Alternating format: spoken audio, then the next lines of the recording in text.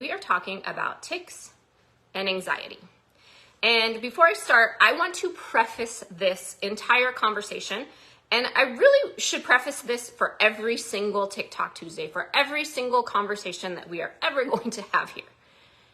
Doesn't matter if your symptom is a tic, if your symptom is anxiety, if you just have tics, or if you just have anxiety, or if you have depression, or if you have autoimmune thyroid, or if you have rheumatoid arthritis, or if you have blah, blah, blah down the line, whatever your laundry list of symptoms is, ADHD, SPD, all of these things, you can have multiple diagnoses. This is where we talk about the laundry list. Or maybe you can have one, you just have one. I will talk a little bit today about my lifelong anxiety. You guys have heard Bailey kind of talk about her lifelong anxiety. I don't have it anymore, but we'll talk a little bit about it. What I want everyone to know is what is happening in your body is not the problem. A tic is not the problem. Anxiety is not the problem. Your rheumatoid arthritis, although really miserable, not the problem. It is not the problem. It is a sign that there is a problem. This is your body saying, woo, woo, woo, woo, something is wrong. Something's wrong. You need to figure out what it is. All right? So your body is either adapting to what's happening in and around its environment, or your body's trying to get itself back on track. It's trying to heal. And your symptoms are, woo, woo, woo, that's that red alert. That is your warning sign. Something is going on. The tics are not the problem. The tics that there is a sign that there is a problem, okay? So when we're talking about tics and anxiety, yes, they're related, but they're also your symptoms. You know, maybe you're mom and you have thyroid and you have anxiety, and maybe your kid has tics and you're like, well, I feel fine. No, you don't feel fine. Your body's telling you stuff is wrong too. Okay? So when we have these conversations, it does not just apply to tic disorders. It applies to every freaking diagnosis you have ever had. There is some interconnectedness here. The way my body produces symptoms is going to be different than the way your body produces symptoms. So it's presenting differently. So my body produced symptoms in the form of crazy wild anxiety and paranoia. My son's symptoms were the tics. So just understand when we're having these conversations, if you're like, well, I wonder if that applies to me. Yes, it applies to you. It applies to you. Okay. So as we go through this today and we start, just know that it's applicable for everybody. So tic disorders and anxiety are two distinct disorders, right? You get a diagnosis for anxiety, you get a diagnosis for tic disorders. Yet they often coexist. You will find, and I will find so many times that my clients and myself, maybe not necessarily myself, but my kid, that the tics and the anxiety are besties. They go hand in hand. And it's that way with a lot of stuff. Tics and OCD, tics and anxiety, tics and SPD, tics and you name it. Brain fog, ADHD. Tic disorders are that neurological, what conventional considers neurological conditions. You've heard me say tics are not purely neurological, and if you work with me, you know that is absolutely the truth. And then we have this anxiety. So anxiety is this persistent, existent feeling of fear, worry, apprehension. When I talk to people about anxiety, it's, do you have this fear of impending doom? Are you afraid that something bad is going to happen? Or do you have these constant, ruminating thoughts of the world is going to end, the shit's going to hit the fan? What is that anxiety? What does that feel like for you? For me, it feels like I want to jump out of my own skin. It feels like sometimes I'm like, oh my gosh, I'm going to jump out a window today. It feels like I just do not belong in my skin that day. So while they manifest in different ways, you may have anxiety and your kid may have tic disorders, your kid may have both. There are actually significant connections between the tic disorders and anxiety. So let's kind of explore those today. So what we want to know is some of the things that happen and some of those neurological underpinnings are very relatable because both conditions, when studied, are believed at some level, we're going to get a little bit deeper, on some level to be affected by the functioning of the basal ganglia. And that's that set of structures in the brain that plays a role in movement regulation and emotional processing. So dysregulation within this system can contribute to the development of tics and anxiety symptoms. So if we know this information, like, well, there is on some level this neurological aspect, but underneath, what is driving that? What is causing that to happen? Why are we experiencing that? So then we have to start looking at, like, you've heard me say, immune dysregulation. So what we know with tics and anxiety is that anxiety can often exacerbate tics. You feel anxious, your child feels anxious in their body, they want to jump out of their own damn skin because they can't control their movements. And maybe they're going to school and they're embarrassed by their movements, or maybe kids are saying something to them, or maybe, you know, there's just this, they do it all day long and they're exhausted. And so they have this, it can change the frequency and severity when we have a tic disorder, and especially when we have like heightened levels of stress. You have to understand that tics do not just come from what's happening in the brain, but what is happening in and around your environment. And stress can play a role in that. We're going to talk about the 4 big stressors in a minute, but stress is a big deal, and stress goes above and beyond emotional, you know, and mental stress, like my boss is a jerk, or there's a kid bullying at me in school. So those things can also increase tics, but they can also increase anxiety. So the anticipation of a tic can trigger anxiety, and then this anxiety can then in turn manifest into more tics, creating this kind of cycle and exacerbation. So experiencing the tic itself can also be distressing, and then we're just on and on with this cycle of anxiety, tics, anxiety, tics, anxiety, tics. But they come from the same place. They're coming from the same place.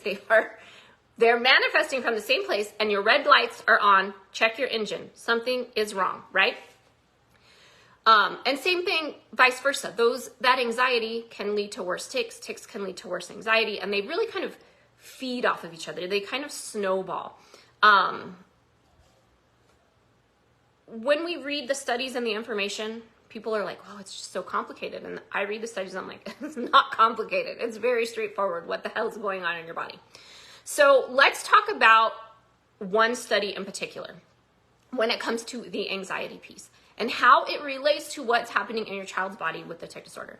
So inflammation, we want to talk about inflammation. The newest studies on tics and related disorders, Tourette's, OCD, ADHD, all of those things. We are looking at this dysregulated immune system.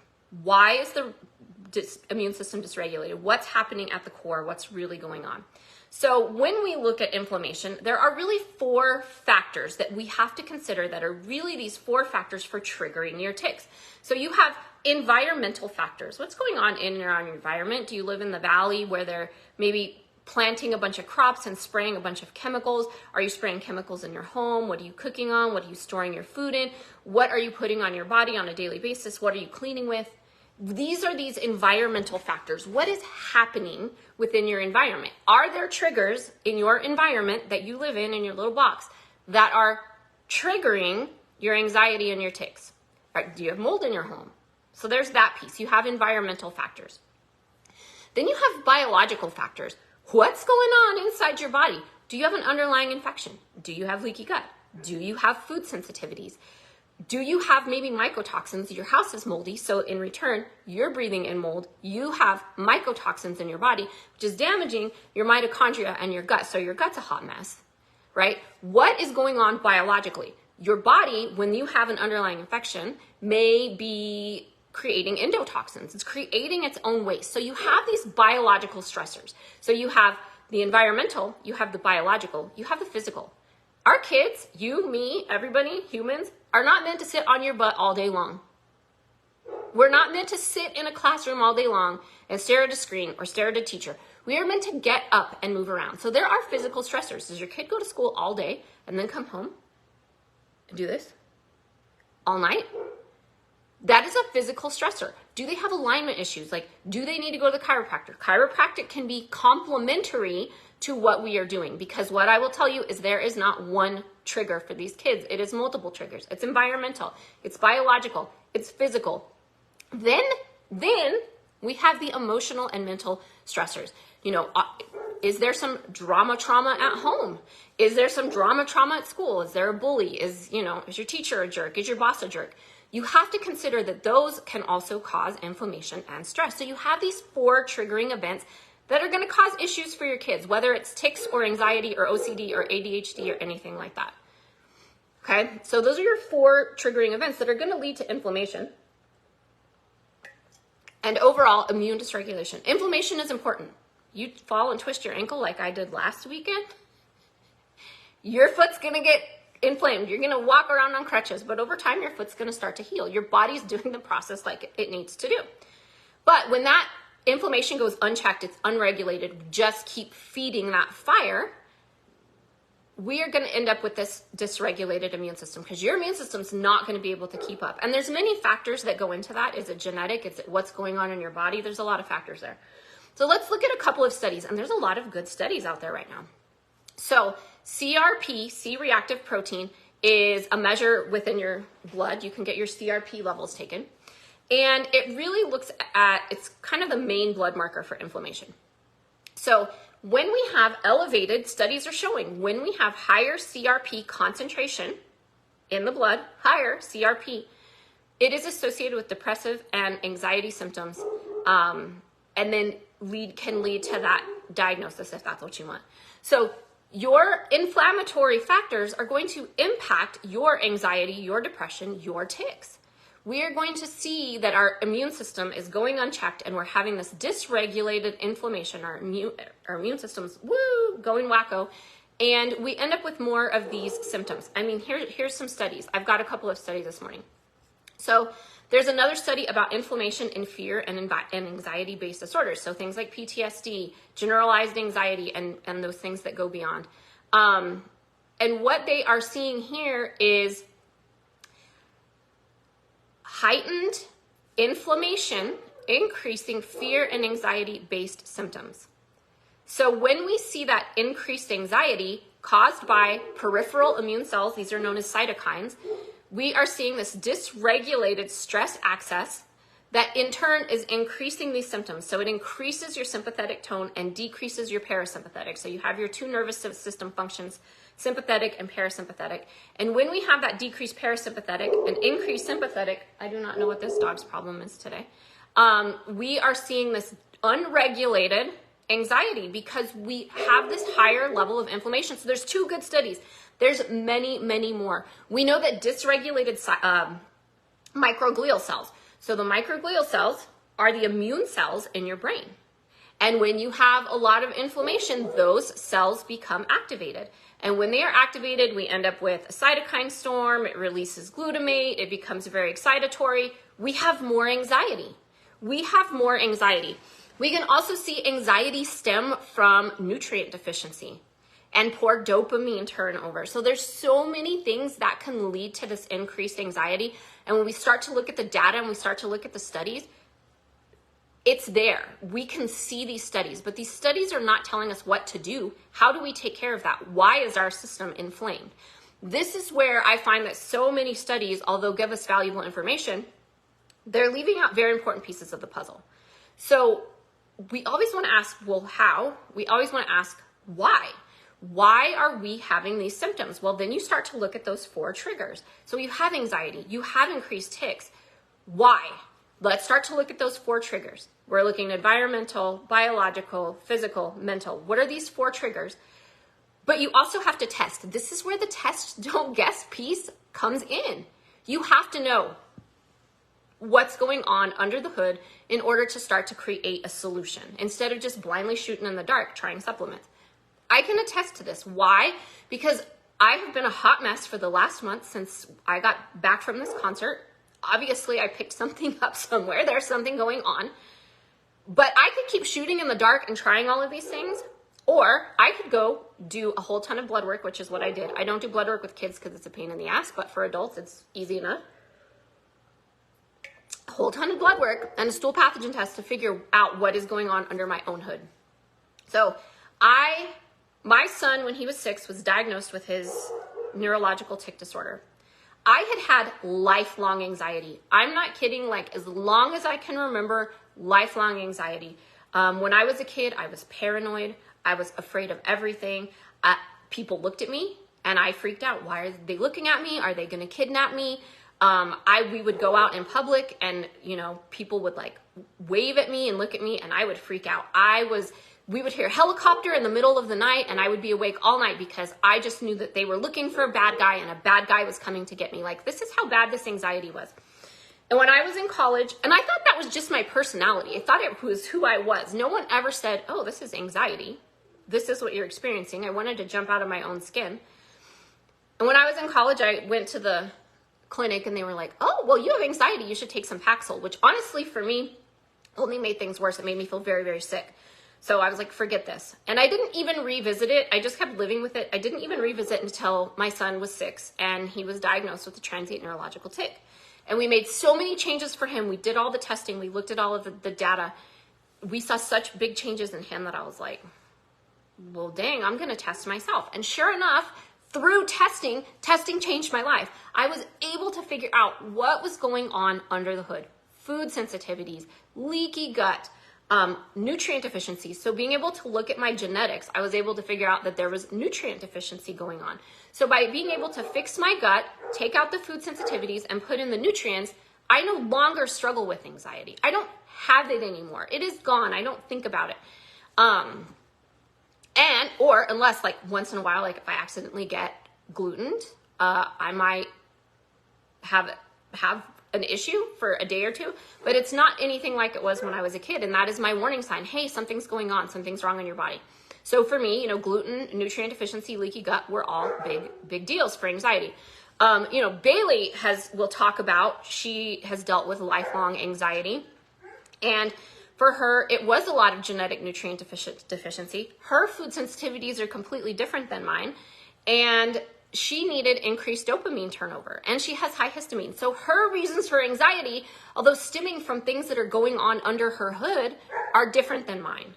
She has underlying issues. I had underlying issues. So this is where this testing is really, really important to target what is going on under your hood. This is why we test, don't guess. This is why I look at over 1,000 biomarkers with my clients, is we want to use comprehensive neuroimmune analysis to figure out what's going on under your hood. We're going to test, not guess. Once we have that data, then we're able to connect those dots. We're able to put it together in a way that connects your health history with what's going on under your hood. And it's different for everybody. And anybody, you can do testing. Testing is easy to get. You can do testing. 1, you have to have the right testing. And 2, you have to know somebody who can interpret that data. So you have to have someone who knows how to put it together and connect those dots. And then after that, we are going to create a plan. Like, based on what's happening, here is your plan. This is what needs to happen for you. So for me, when I'm looking at this, you've got to look at your 4 triggers: environmental, physical, biological, mental. You have to look at your 4 triggers. You have to look at what's driving that immune system dysregulation, whether it's the anxiety that's the symptom, or it's the tic that's the symptom, or the OCD that's a symptom. There's a driving factor that is happening there. And we know that your immune system becomes dysregulated. So what I want you to understand is anxiety is real. The studies are out there. We can look at these studies and we can see that we are having increased inflammation when we have anxiety. We can see that we have increased inflammation and immune dysregulation when our kids have tics and increased tic symptoms. What is driving that? This is why I'm going to tell everybody over and over. I'm going to shout it from the rooftops. Testing is the key. You have to be able to test, not guess. You want to really look at what is going on underneath the hood.